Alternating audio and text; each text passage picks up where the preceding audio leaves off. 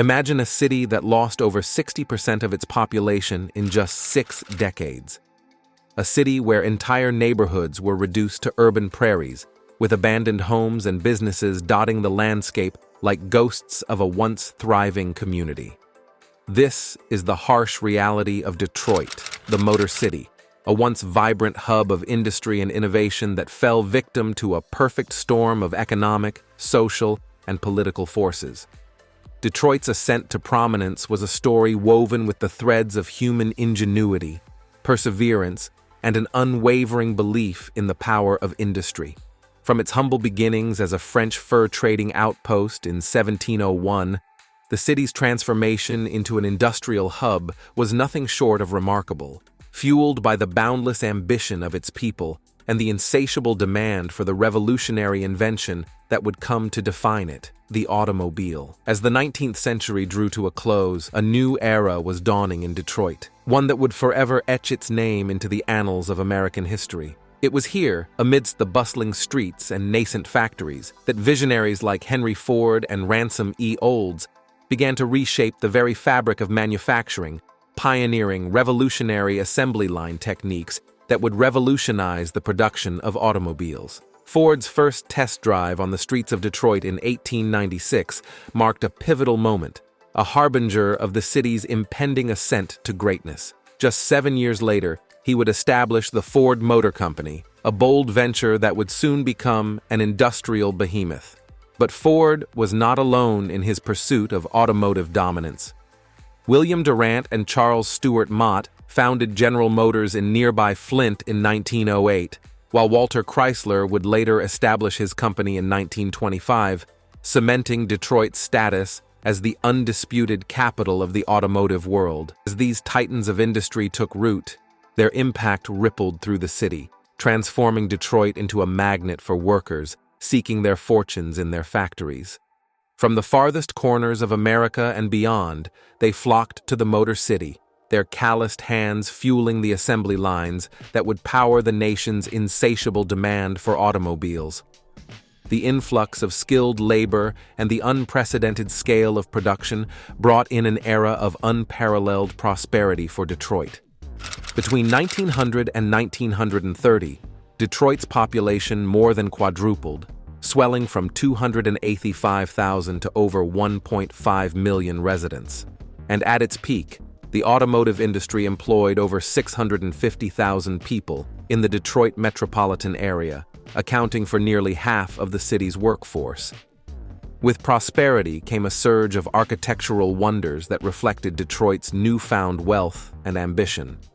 The iconic Renaissance Center, a cluster of towering cylindrical skyscrapers, became a symbol of the city's resurgence, while the Art Deco grandeur of the Fisher Building and the Guardian Building stood as enduring monuments to Detroit's opulence.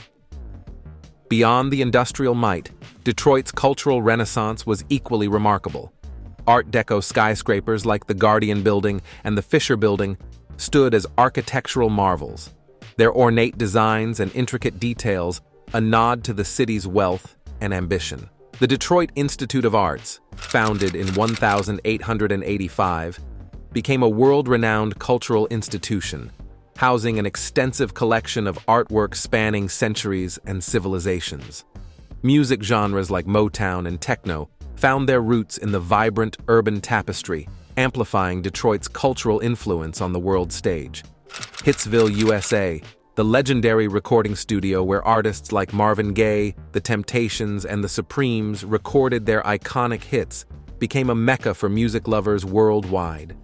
As wealth flowed into the city, neighborhoods like Boston Edison and Palmer Woods became enclaves of opulence, where automotive barons and captains of industry lived in their stately mansions. Parks like Belle Isle and Boulevard Parks were meticulously landscaped, offering respite from the bustling city life and serving as gathering spaces for residents. The automotive industry's success fueled a boom in complementary industries, such as steel production and tool and die manufacturing, further diversifying the city's economic base.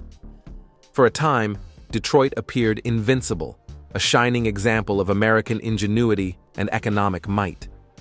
but beneath the surface, social tensions and economic disparities were brewing, setting the stage for a dramatic shift in the city's fortunes. Just as Detroit's ascent was swift and dramatic, its descent into decline was equally steep, driven by a perfect storm of economic, social, and political forces that converged to erode the very foundations upon which the city's prosperity had been built. The seeds of Detroit's downfall were sown in the very industries that had once been its lifeblood, the automotive sector. As the 20th century progressed, Detroit's automakers found themselves struggling to adapt to a rapidly evolving global landscape. Foreign rivals, particularly those from Japan and Europe, began to capture a growing share of the market with their offerings of more fuel-efficient and cost-effective vehicles. This challenge was compounded by the oil crises of the 1970s and the economic recession of the 1980s, which dealt a devastating blow to the once invincible titans of the American automotive industry. In the wake of these shifts, Detroit's automakers were forced to restructure, leading to a wave of plant closures and job losses that rippled through the city like a shock. Factories that had once been the beating heart of Detroit's economy fell silent, their assembly lines grinding to a halt as the demand for their products dwindled. Short-sighted policies, corruption, and mismanagement at the municipal level further compounded Detroit's problems, leading to a downward spiral of disinvestment and neglect. In 2013, the city filed for the largest municipal bankruptcy in U.S. history, owing over $18 billion in debt and struggling to provide basic services to its remaining residents. But Detroit's decline was not solely rooted in economic factors. Social tensions, fueled by decades of racial segregation and inequalities, had been simmering beneath the surface, ready to erupt at any moment. The 1967 Detroit riots, sparked by police brutality and the long-simmering frustrations of the city's African-American community, erupted into 5 days of civil unrest that left 43 people dead, 1,189 injured, and more than 7,200 arrested. As the smoke cleared and the riots subsided, an exodus of white residents and businesses from the city accelerated, draining Detroit of its tax base and leaving behind a population plagued by poverty, unemployment, and a crumbling infrastructure. The city's inability to adapt to these changing dynamics and address the systemic issues that had taken root only deepened the crisis, setting in motion a vicious cycle of disinvestment and decay. Amidst this turmoil, poor urban planning and a lack of investment in public transportation further compounded Detroit's woes. As residents fled to the suburbs in search of better opportunities and a safer environment, the city's once thriving neighborhoods became disfigured with abandoned homes and businesses, a visual representation of the city's decline. The impact of this exodus was particularly devastating for Detroit's public transportation system. In the hometown of the auto industry, public policies had long encouraged a car culture, with more money being invested in building highways rather than a robust public transit network. This short-sighted approach left many residents, particularly those in economically disadvantaged communities, isolated and cut off from employment opportunities, further exacerbating the city's struggles. The lack of an efficient transit system further perpetuated racial divisions and hindered the city's ability to foster a sense of shared community.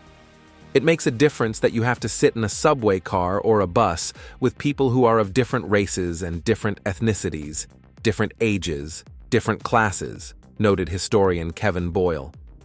It creates a sense of connection, even if it's just a superficial one.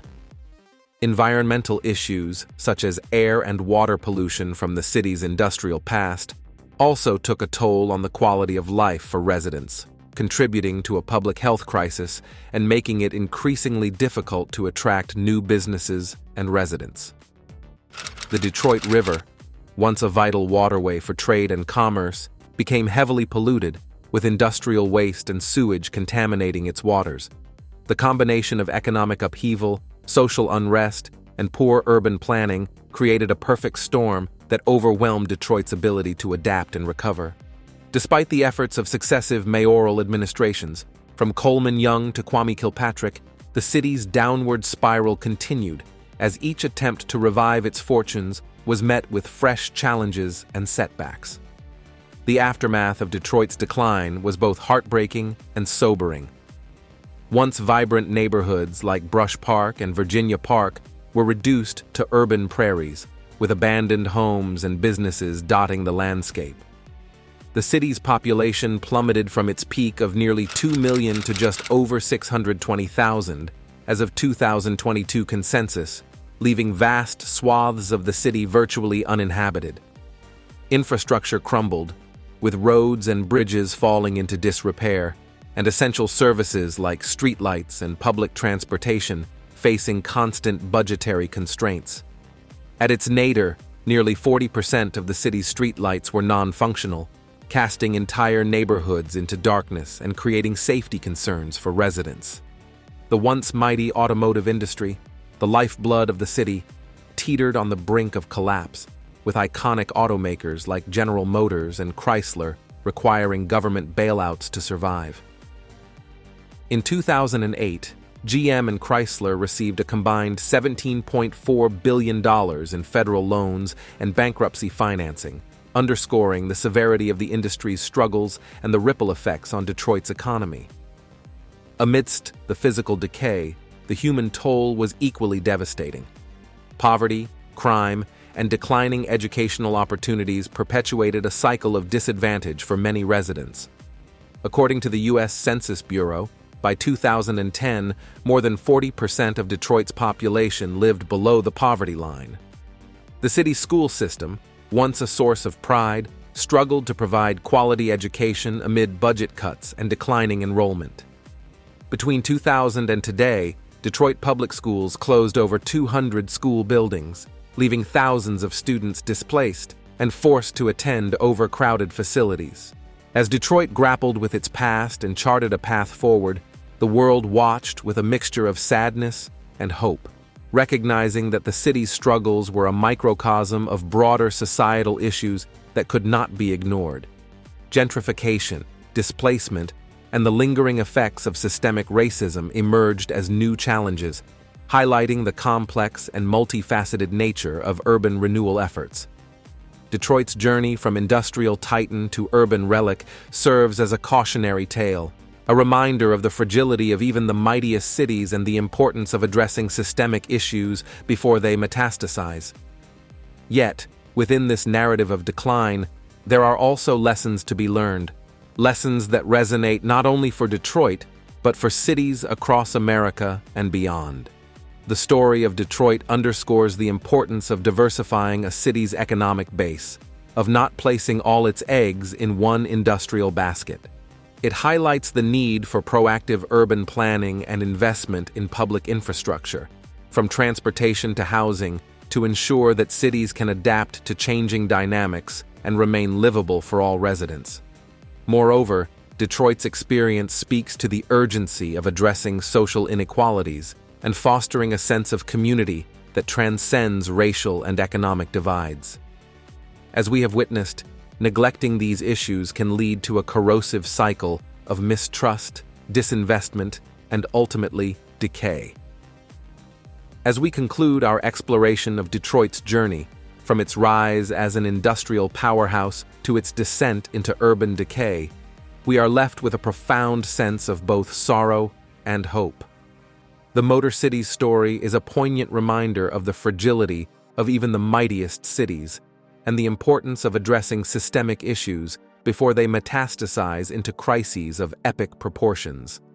Don't forget to subscribe to our channel and hit the bell icon to stay updated on our future releases as we continue to shed light on the different fallen cities of America.